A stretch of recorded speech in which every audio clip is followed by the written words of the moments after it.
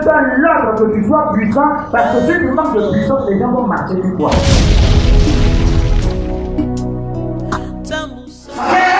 La puissance est là, vous l'avez appelé, il vient vous transformer.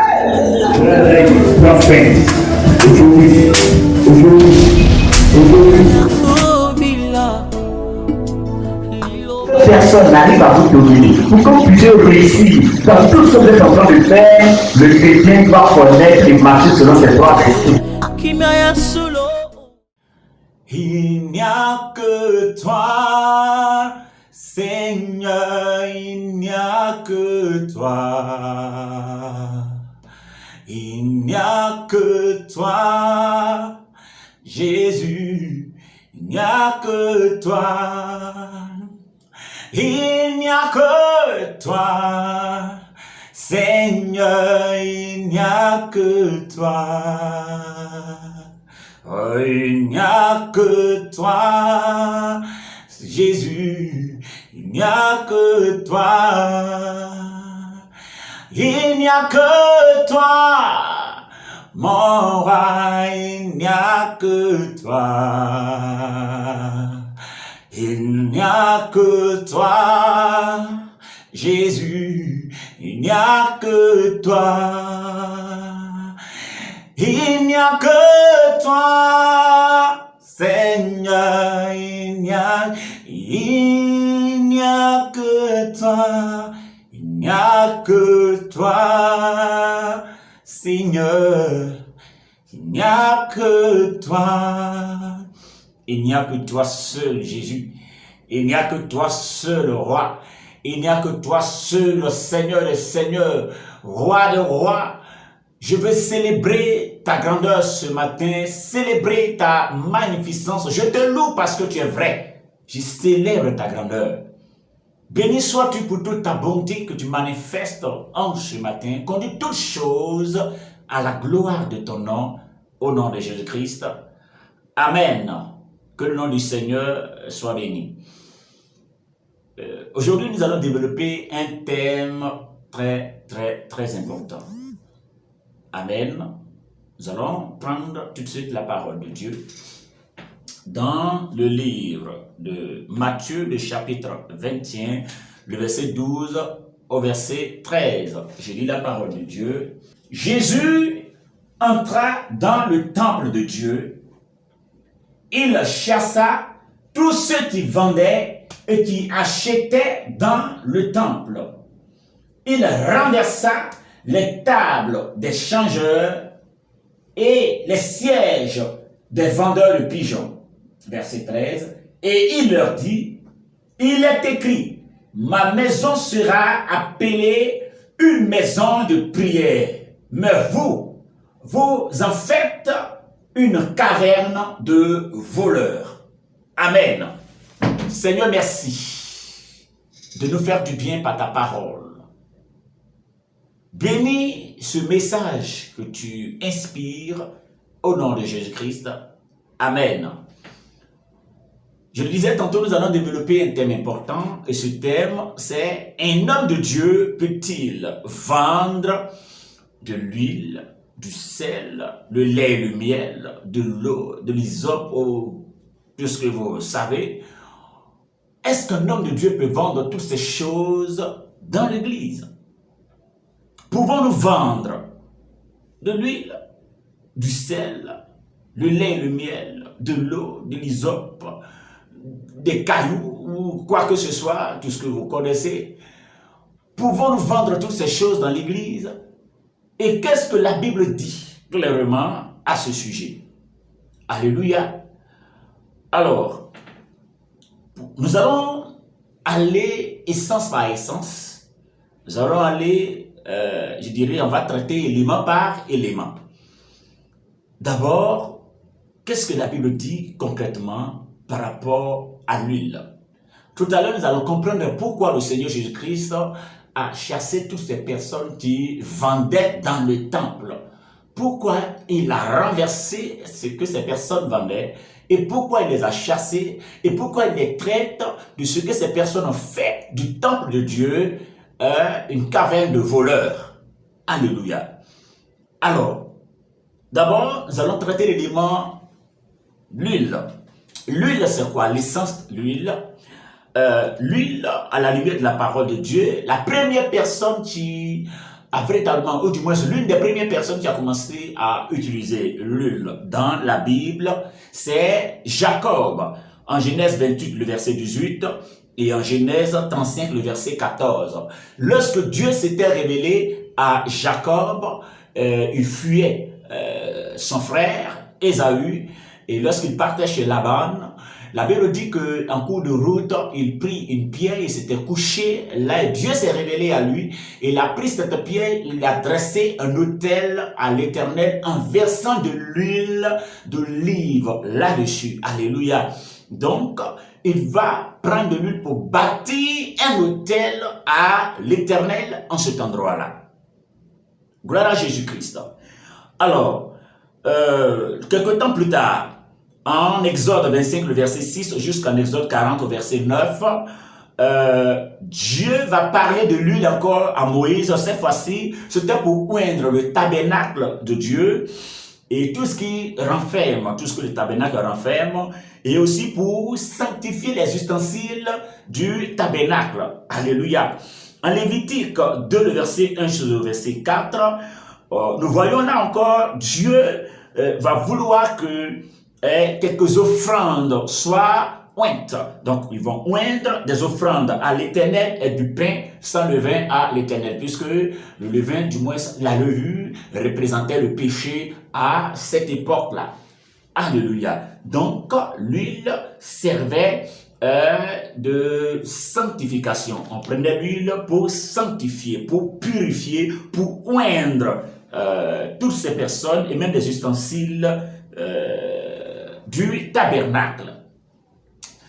Alors, aussi, les fils de Pharaon, et Pharaon lui-même, le sacrificateur Pharaon, c'est-à-dire le prêtre Pharaon et ses fils en Lévitique 8, le verset 30, il a été purifié avec de l'huile, ainsi que ses fils et leurs vêtements qui devaient leur servir au tabernacle. Ils devaient utiliser ces vêtements-là pour servir dans le tabernacle. Donc, il fallait que toutes ces choses soient ointes, tout soit purifié soit sanctifié avant même de l'amener dans le tabernacle. Nous avons aussi Samuel dans le livre des rois, et même dans le livre de Samuel qui a utilisé l'huile pour oindre des rois, dont Saül, ensuite David. Et aussi dans le Nouveau Testament maintenant, nous avons Jacques, en Jacques 5, le verset 14, qui nous demande, il dit, si quelqu'un est malade parmi vous, c'est-à-dire parmi les croyants, qu'on prenne de l'huile et pour appliquer sur cette personne afin que les anciens de l'Église prient pour cette personne, car la prière du juste a une grande efficacité. Donc, l'huile allait sanctifier, l'huile allait purifier, l'huile allait nettoyer la vie de cette personne pour que l'Esprit de Dieu puisse maintenant rentrer dans la vie de la personne. Il faut que la personne soit sanctifiée, la personne soit nettoyée d'abord avant que Dieu qui est saint ne puisse rentrer dans la vie de la personne. Bon, pour que la présence de Dieu puisse être impartie dans la vie d'une personne, il est important que cette personne soit sanctifiée, soit purifiée. Donc, l'huile était l'image de l'Esprit de Dieu. L'huile était l'image de la présence de Dieu. L'huile était utilisée pour ouvrir la porte de l'Esprit dans la vie d'une personne, était utilisée pour sanctifier une personne. Et là, et dans l'Ancien Testament, et dans le Nouveau Testament, on pouvait toujours utiliser l'huile pour appliquer, voilà, aux malades, ou même pour oindre les sacrificateurs, pour oindre les pasteurs, pour oindre des personnes, on pouvait toujours utiliser l'huile.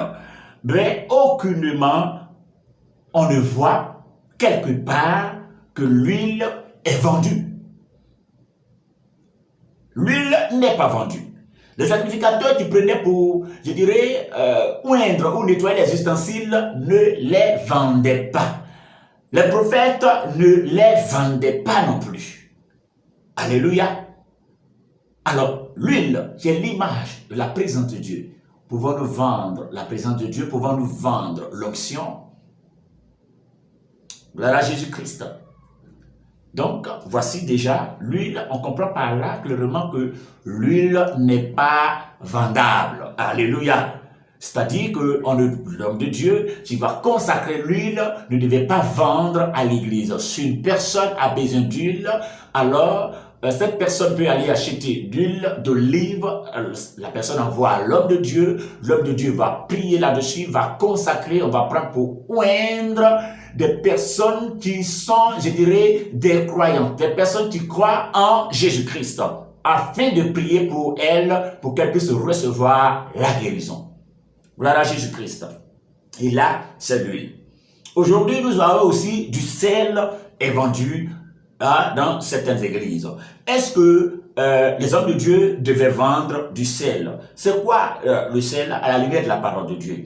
En Lévitique 2, le verset 13, nous voyons par là qu'il y a certaines offrandes qui étaient données au Seigneur qui devaient être assaisonnées. On ne pouvait pas donner des offrandes à l'Éternel sans du sel. Alléluia, il fallait absolument mettre du sel sur les offrandes avant de donner au Seigneur. Nous avons aussi en 2 Rois 2, le verset 20, Élisée qui va assainir les eaux de Mériba. L'eau était stérile, l'eau était morte. Il n'y avait pas de vie dans cette eau, alors il fallait assainir, il fallait ajouter du sel à cette eau. Gloire à Jésus-Christ. Nous avons aussi en Luc 4, le verset 34, Christ nous dit que nous sommes le sel de la terre. Alléluia. En Marc 9, le verset 50, en Colossiens 4, le verset 6, la Bible nous dit clairement que nous devons avoir des paroles assaisonnées. Nous devons avoir le sel en nous. Alléluia. Donc, le sel était une image. Il est important qu'on comprenne que l'Ancien Testament était l'ombre des choses à venir. C'est-à-dire que comme Christ n'était pas encore venu, il y avait des choses qui étaient son image dans l'Ancienne Alliance, dans l'Ancien Testament. Donc, le sel ici était l'image de la vie. Le sel produisait la vie là où il y avait la mort. Et c'est pourquoi lorsque l'eau était stérile, il y avait la mort dans l'eau, Élisée apportait la vie dans cette eau. Donc la puissance de Dieu se manifestait au travers du sel afin que cette eau soit assainie. Alléluia.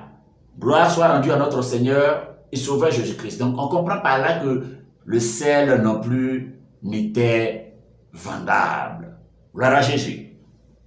Nous allons maintenant toucher le lait et le miel. Il y a des bonnets rouges qui sont vendus dans certains endroits, il y a du lait vendu dans certains endroits, il y a du lait qu'on conseille à certaines personnes de faire du bain, de faire des bains avec du lait tout le temps. Qu'est-ce que la Bible dit à ce sujet? Est-ce que la Bible nous conseille de faire du bain avec du lait ou encore du miel, en disant à certaines femmes de mettre du lait envoûté dans leur intimité lorsqu'elles vont aller avec le bien-aimé automatiquement. Voilà, le bien-aimé va les voir, ou du moins va voir cette dernière comme le miel. Waouh, c'est dégueulasse ça. Alléluia.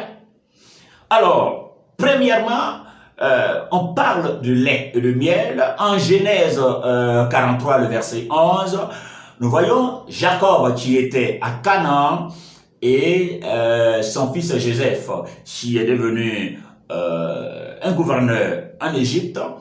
Et lorsque Joseph va tendre le piège à ses frères, et ils vont tomber dans ce piège, ils vont se retourner à Canaan auprès de leur père Jacob, et Joseph va inciter à ce qu'ils envoient leur Benjamin. À partir de ce moment-là, Jacob va dire, si vous devez aller voir, et forcément Joseph, il est important de partir avec les spécialités du pays. Il y a des spécialités à Canaan.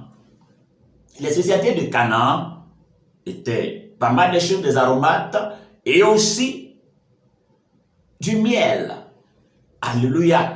Donc, en Genèse 43, le verset 11, le fils de Jacob va prendre le miel pour apporter à Joseph. Alléluia. Gloire soit rendue à notre Seigneur et Sauveur Jésus-Christ. Avant même Joseph, Dieu avait déjà fait une promesse à son peuple qu'il allait les amener à Canaan, un endroit où coule le lait et le miel. Alléluia. Donc, le miel, qu'est-ce que ça veut dire véritablement? En Somme 119, le verset 103, la Bible nous explique clairement que le miel est l'image de la tranquillité, de la douceur, de la sublimité, du bonheur, de la paix. Donc, lorsque Dieu dit que je vous envoie à un endroit où coule le lait et le miel, c'est-à-dire je vous envoie à un endroit tranquille, à un endroit de douceur, un endroit de sublimité, de bonheur et de paix. Gloire à Jésus-Christ. Alors, est-ce que nous devons faire le bain de miel, de lait pour avoir la paix? Devons-nous faire le bain de miel et de lait pour avoir la tranquillité? Et là, les entreprises qui fabriquent du lait, vraiment, ils vont s'enrichir puisque tout le monde doit acheter beaucoup de lait pour pouvoir faire des bains. Et le miel aussi, là, nous tous on va devenir des éleveurs des abeilles pour pouvoir extraire le miel à tout moment. Alléluia. Gloire soit rendue à notre Seigneur, le Sauveur Jésus-Christ. Alors, il y a aussi de l'eau qui est vendue à certains endroits. Est-ce que la Bible nous dit de vendre de l'eau? Vous savez, l'eau même, c'est encore plus vaste parce que chaque eau a une définition. La mer a une définition différente des fleuves, le puits a une définition différente. Donc, si nous devons vendre de l'eau, et c'est encore plus grave. La mer est l'image du monde et tous les habitants de la terre. Lorsque la Bible parle de la mer, c'est l'image du monde, tous les habitants de la terre. Apocalypse 17, verset 15 le démontre, Exode 14, le verset 22, le verset 29. L'eau du Jourdain est différente de celui de la mer. L'eau du Jourdain même veut dire tout simplement rivière de la peine et du jugement. Jourdain veut dire rivière de la peine et du jugement. Et c'est pourquoi Jean-Baptiste baptisait dans le Jourdain, baptisait dans l'eau du Jourdain, pour que le peuple de Dieu fût le jugement de Dieu. Donc toutes les personnes qui se faisaient baptiser étaient en train de fuir le jugement du Seigneur. Donc la rivière du Jourdain représentait la rivière de la peine et du jugement. Gloire soit rendue à notre Seigneur et Sauveur Jésus-Christ. Donc, en Jésus 4, verset 18, nous voyons par là que plusieurs personnes qui fuyaient aussi le jugement du Seigneur, c'était comme ça que ça se présentait. Alléluia. Le torrent, lorsque la Bible parle du torrent, et là, ça représente la chute. La chute, en 1 Roi 17, le verset 2 à 7, en Job 22, le verset 16, le torrent représente la chute. Il y a des moments où la Bible parle de grosses eaux ou des puits, comme Christ qui était au puits avec la femme samaritaine. Donc, de grosses eaux ou puits, c'est l'image de la parole de Dieu, c'est l'image de Dieu lui-même, c'est l'image du Christ. Et en Ézéchiel 47, c'est l'image de l'onction.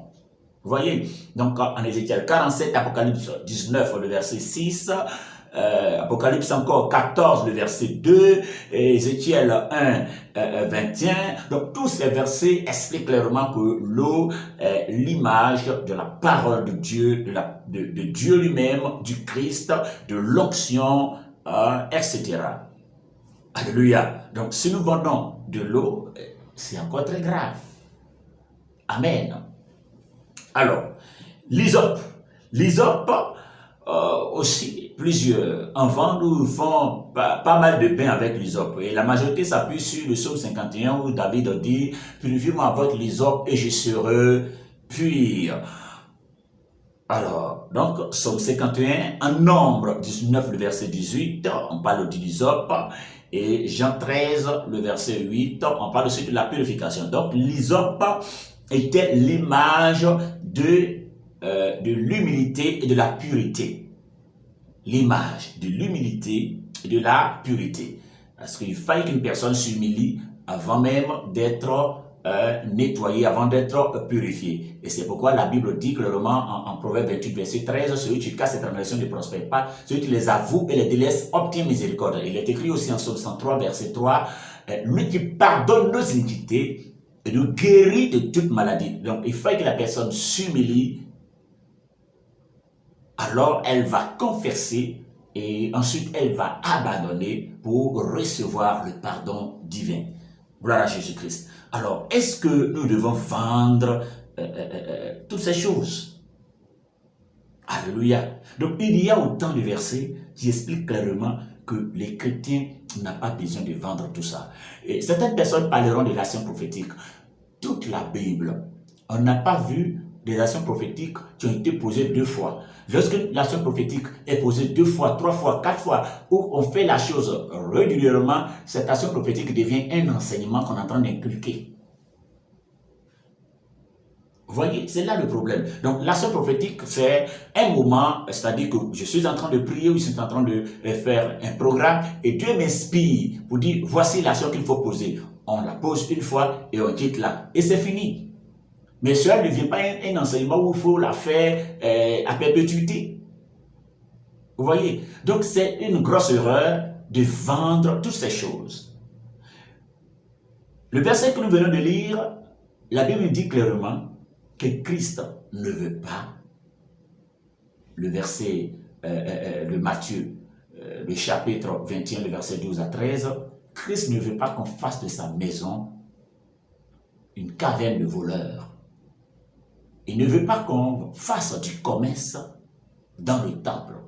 Et c'est pourquoi il arrive et renverse toutes ces choses, parce qu'il ne veut pas qu'il y ait du commerce dans l'église. Il dit, il est écrit que ma maison sera une maison de prière.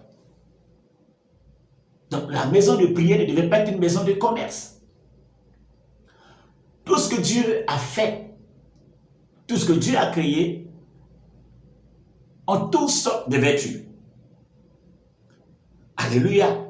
Il le dit en Psaume 114, le verset 4, je crois.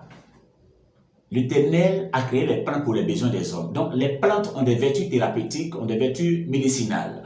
Ou même le sel aussi a des vertus thérapeutiques, des vertus médicinales. Et même des vertus spirites. Bon, cela ne veut pas dire que nous devons attribuer les vertus thérapeutiques ou médicales de toutes ces choses que tu as utilisées à Christ pour dire que c'est Christ qui est en train d'opérer au travers ces choses. Non, non, non.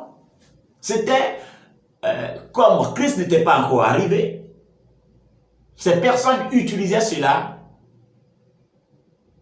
pour annoncer la venue du Christ.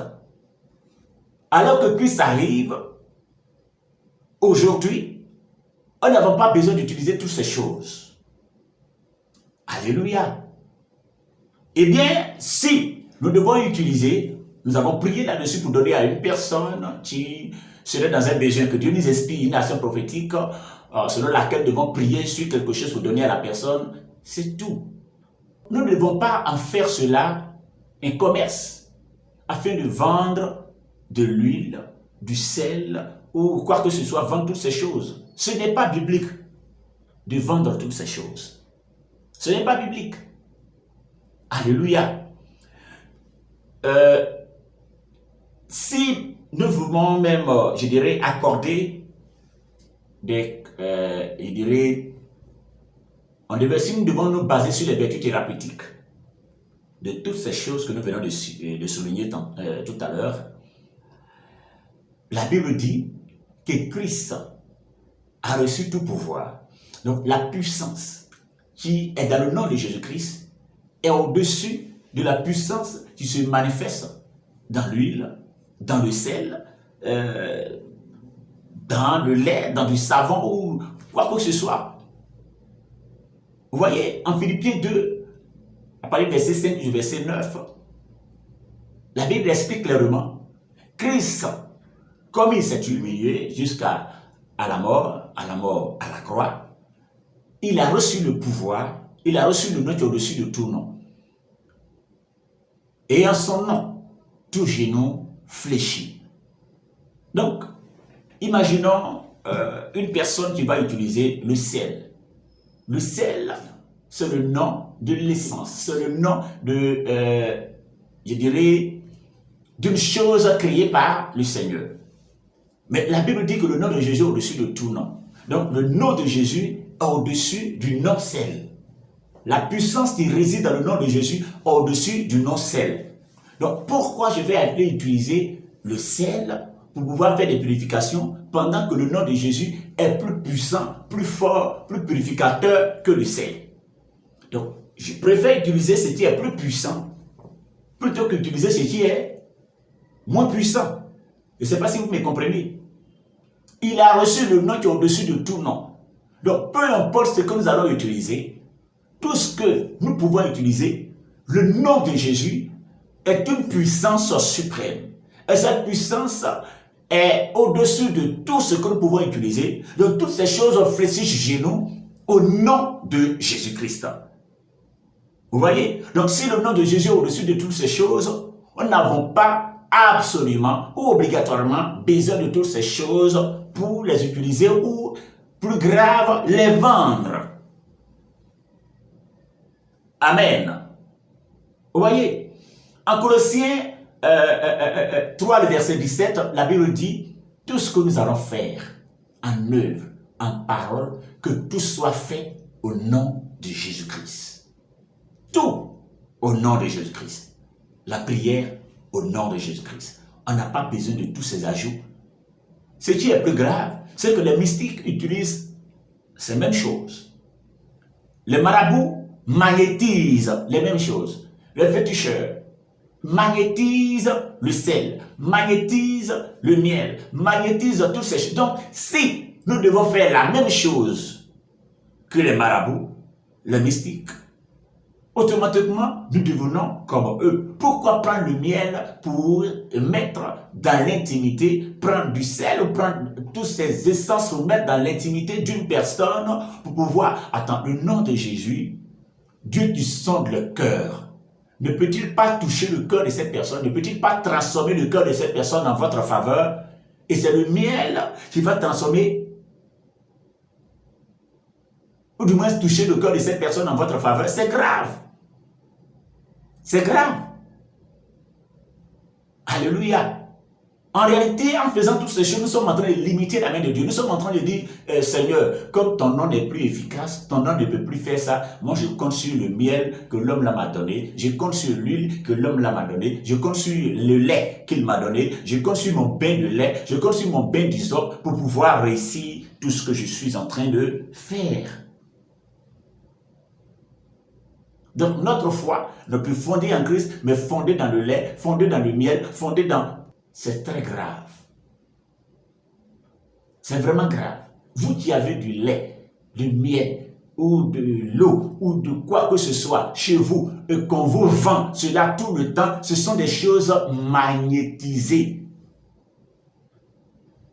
C'est-à-dire qu'on invoque des esprits, on invoque des démons, et on met ces esprits-là dans tout ce que vous utilisez, et ces esprits essaient de se manifester dans votre vie, et tout ce que vous allez dire, ben, c'est efficace. Je vous dis qu'il n'y a pas de gratuité dans le monde spirituel. Alors que vous invitez un esprit dans votre vie, lorsque l'esprit produit quelque chose dans votre vie, il prend aussi quelque chose dans votre vie. Lorsque le démon produit quelque chose dans votre vie, il prend quelque chose, puise une grâce, il puise quelque chose en vous. Alors qu'une situation est réglée, une autre situation va se présenter. Je prends l'exemple.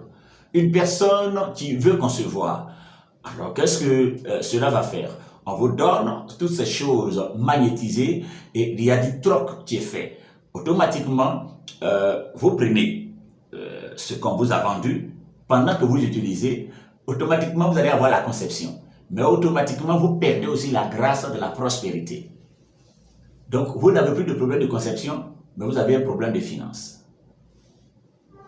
Lorsque les finances sont complètement réglées, vous n'avez plus de problème de finances, automatiquement, il y a une autre maladie qui naît en vous. Donc, il y a forcément quelque chose en vous qu'on prend et on remplace avec une autre chose. C'est comme ça le troc spirituel se fait et vous pensez que c'est Christ qui est en train d'agir au travers de toutes ces choses. Ce sont des démons. Alléluia. Faites très attention. Et la plupart des personnes qui vendent ces choses, après, ils vous diront de dire au nom du Dieu de papa X, au nom du Dieu de papa X, voilà, mon Dieu, c'est un Dieu d'alliance, il faut prier au nom de mon Dieu. Est-ce que vous connaissez ce papa X, vous connaissez réellement son Dieu? Vous êtes sûr que c'est Christ qu'il prie? Alors, si vous avez la certitude qu'il y a Christ qu'il prie, disent aussi au nom de Jésus-Christ, ça s'arrête là. Pourquoi au nom de Dieu, au Dieu de mon Père? Alléluia, faites très attention. Faites très attention, il y a tellement de choses. Alors, là où nous allons chercher à terminer, la Bible dit en 2 Corinthiens 3, le verset 17, « Or le Seigneur, c'est l'Esprit. » Là où il y a l'Esprit du Seigneur, il y a la liberté. Cela nous amène à comprendre clairement que c'est l'Esprit du Seigneur qui rend libre. Là où il y a l'Esprit du Seigneur, il y a la liberté. Donc, s'il y a l'Esprit du Seigneur dans vos vies, vous serez libre. Donc, la liberté ou la libération, la délivrance que nous recherchons est dans l'Esprit du Seigneur. Alors, il est important d'avoir l'Esprit du Seigneur, car là où il y a l'Esprit du Seigneur, il y a la liberté. J'insiste. Là où il y a l'Esprit du Seigneur, il y a la liberté. Si vous avez l'Esprit du Seigneur, vous êtes libre. Parce que l'Esprit du Seigneur qui vit en vous, c'est l'Esprit de lumière, l'Esprit de vie. Il ne peut pas cohabiter avec les puissants des ténèbres en vous. Si vous avez l'Esprit du Seigneur en vous, il vous libère de tout. Vous n'avez plus besoin de toutes ces choses. Parce que l'Esprit du Seigneur est en vous. L'Esprit du Seigneur rend libre. C'est grave. C'est extrêmement dangereux. Ce n'est pas Dieu que vous servez lorsque vous êtes en train de faire toutes ces choses. Commencez à jeter tout ce qu'on vous a donné. Ça ne vient pas de Dieu. Les actions prophétiques, il arrive que le Saint-Esprit nous inspire, nous pousse à poser des actions. Mais cela ne fait pas... Plus grave, il arrive que souvent, c'est le peuple même, tu pousses des hommes de Dieu à vendre. Mais l'homme de Dieu, c'est à lui de ne pas tomber dans ce piège. Parce que vous avez reçu gratuitement, donné gratuitement, ce n'est pas à vous de tomber dans ce piège. Je vous donne un exemple. Une dame a été me voir, il y a pas mal de situations dans sa maison. Depuis qu'elle est rentrée dans cette maison qu'elle vivait, il y a pas mal de difficultés. On a prié, et le Saint-Esprit me dit que c'est la maison le problème.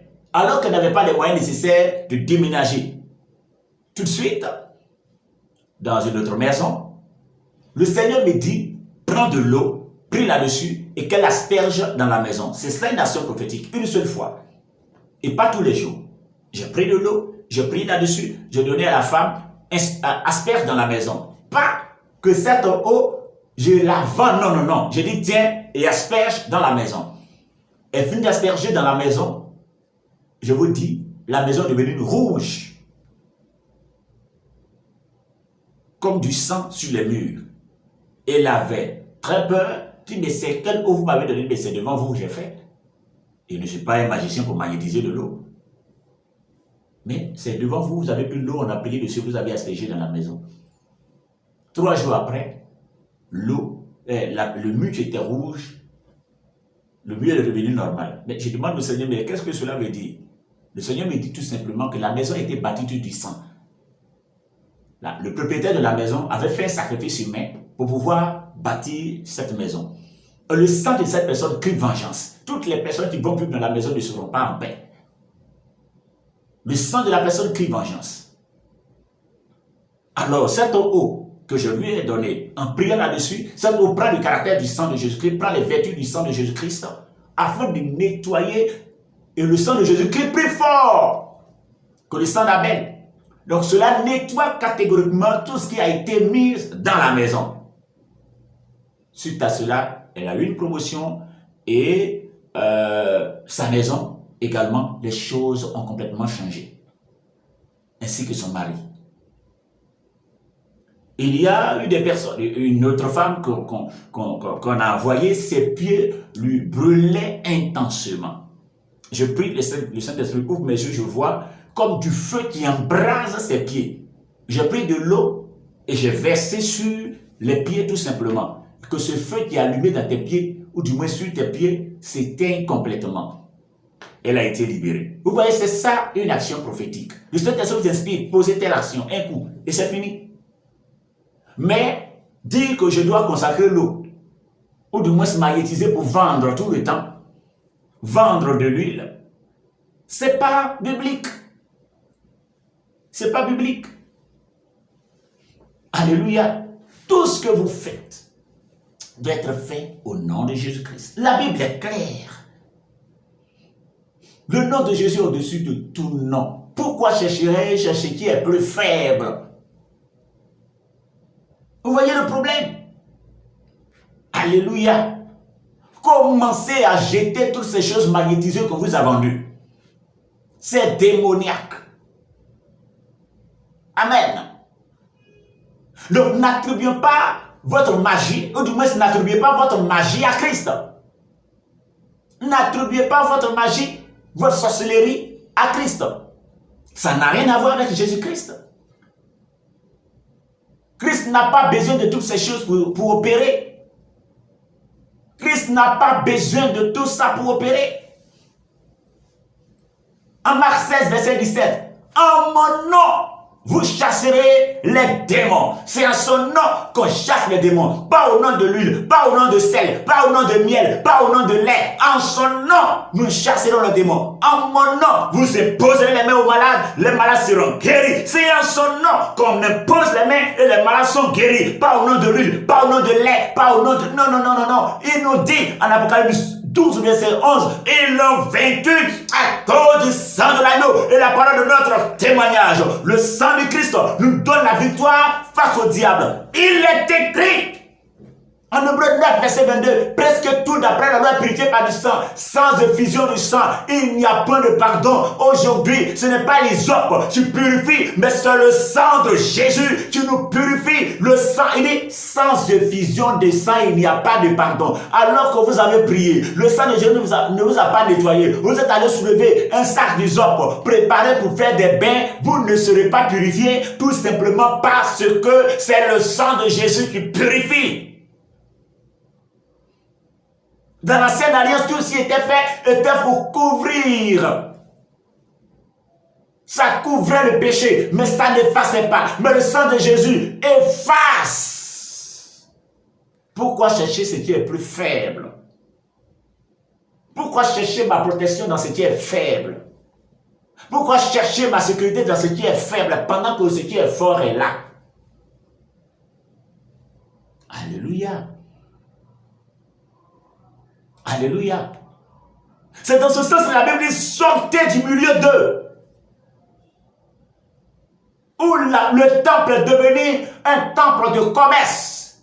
Voici la raison qui a poussé Christ à renverser toutes ces choses qui se vendaient dans l'église. Pourquoi vendez-vous du miel? Pourquoi vendez-vous de l'eau? Pourquoi vendez-vous de l'huile? Pourquoi vendez-vous toutes ces choses dans la maison de Dieu? Mais je comprends, c'est parce que ce n'est pas la maison de Dieu. Sortez du milieu d'eux. Vous partagez l'abomination, vous partagez le même péché, vous partagez la magie, vous partagez les mêmes démons. C'est grave. C'est très grave. Sortez du milieu d'eux. Tout ce que vous avez chez vous, jetez-les. Ça ne vous apporte rien. Combien de fois vous avez fait de bain, vous avez échoué? Il faut commencer à élever les vaches et je dirais, extraire autant de lait, il faut nager même dans du lait. Votre vie ne changera pas. Et même si toutes ces choses, par leur vertu thérapeutique, par leur vertu, je dirais, médicale, vous donnent une certaine aise, c'est partiel, ce n'est pas pour toujours. Christ donne une vie éternelle. Toutes ces choses ne donnent pas de vie éternelle, ne donnent pas de guérison éternelle, ne donnent pas de paix éternelle, ne donnent pas de joie éternelle, ne donnent pas de bonheur éternel. Christ donne une paix éternelle. C'est pourquoi en partant dit, je vous laisse ma paix. Aujourd'hui, ce n'est pas le lait qui donne la paix, ce n'est pas le miel qui donne la paix. Mais Christ dit, je vous laisse ma paix. Il n'a pas dit, allez-y, buvez du miel, lapez le miel, tombez dans le miel, nagez dans le miel, et vous aurez la paix. Je vous donne ma paix. C'est grave. Sortez du milieu d'eux. Là où on vous vend du miel, là où on vous vend du lait, là où on vous vend des potions magiques, là où on vous vend des parfums, ça ne vient pas de Dieu. Quel est le Dieu qui demande à ce qu'on vende toutes ces choses? Je vous dis que lorsque cette action prophétique a été posée et que la femme a rendu le témoignage, certaines personnes sont venues me voir. C'est pourquoi je dis le plus souvent, c'est le peuple qui fait. Certaines personnes sont venues me voir, homme de Dieu. Ah, vraiment, là où vous avez prié là-dessus, on entend des témoignages. Alors, est-ce que vous ne pouvez pas vendre l'eau là? Vous ne pouvez pas consacrer ces peu, vous allez nous vendre un peu. Je dis, je ne vends pas l'eau. Dieu opère quand il veut, comme il le veut. On n'a pas besoin de l'eau pour pouvoir opérer forcément des signes. À moins que lui-même lui inspire, il dit, prends ça et fais ça une fois et ça passe là. On ne le fait pas régulièrement pour mettre dans les bidons et écrire dessus, ça c'est le sang de Jésus. Cette eau-là, ça c'est le sang de Jésus. Ça, l'onction de miel, l'onction de mariage à part, l'onction de prospérité à part, l'onction de voyage à part, l'onction de... C'est la magie, c'est de la sorcellerie. Lorsque vous lisez Éphésiens 5, 22. Lorsque la Bible parle du fruit de l'esprit, c'est un seul esprit, mais il y a plusieurs fruits là-dedans. Une seule onction, mais il y a toutes sortes de grâces, toutes sortes de bénédictions dans la même puissance, dans le même esprit. Donc, l'onction qui descend, il y a la grâce, il y a la bénédiction, il y a l'élévation, il y a le mariage, il y a la restauration, dans tous les domaines, dans tout ce que nous recherchons, il y a dans la même onction. Il n'y a pas l'onction de mariage à part, l'onction d'élévation à part, l'onction de gloire à part, l'onction de quoi à part, l'onction de la sorcellerie, l'onction de la magie. Arrêtez toutes ces choses.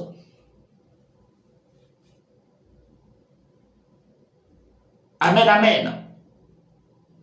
Vous savez, d'autres diront, il faut prêcher la parole, arrête de dénigrer. Je ne dénigre personne, c'est pourquoi je ne donne pas de nom, je ne dénigre personne, mais je veux nous encourager à enseigner la Bible. Lorsque plusieurs personnes sont embobinées par toute cette magie, c'est grave.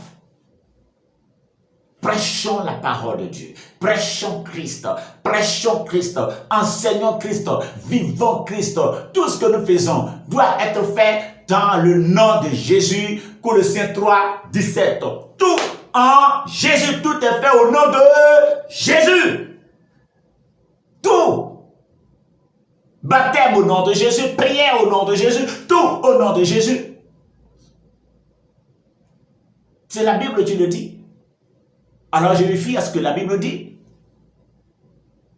Où est-ce qu'il est écrit que Moïse vendait de l'huile? Samuel vendait l'huile. Élisée vendait du sel. Aïe. Peuple de Dieu, ouvrez les yeux. Et que les marabouts déguisés, les mystiques déguisés, que Dieu vous bénisse. La faveur du Seigneur soit avec vous. J'espère que cela vous a fait du bien. À vous de vérifier avec les versets que je les ai soulignés. Que la gloire du Seigneur soit manifestée dans vos vies. Dieu vous bénisse. Prenez conscience et que Dieu vous bénisse. Amen. Makasi, suki yote na nyako longi sangani. Dieu donne l'ordre que tu sois puissant, parce que si tu manques de puissance, les gens vont marcher sur toi.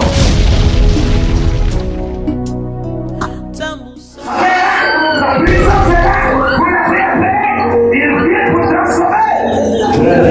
Prophète, aujourd'hui.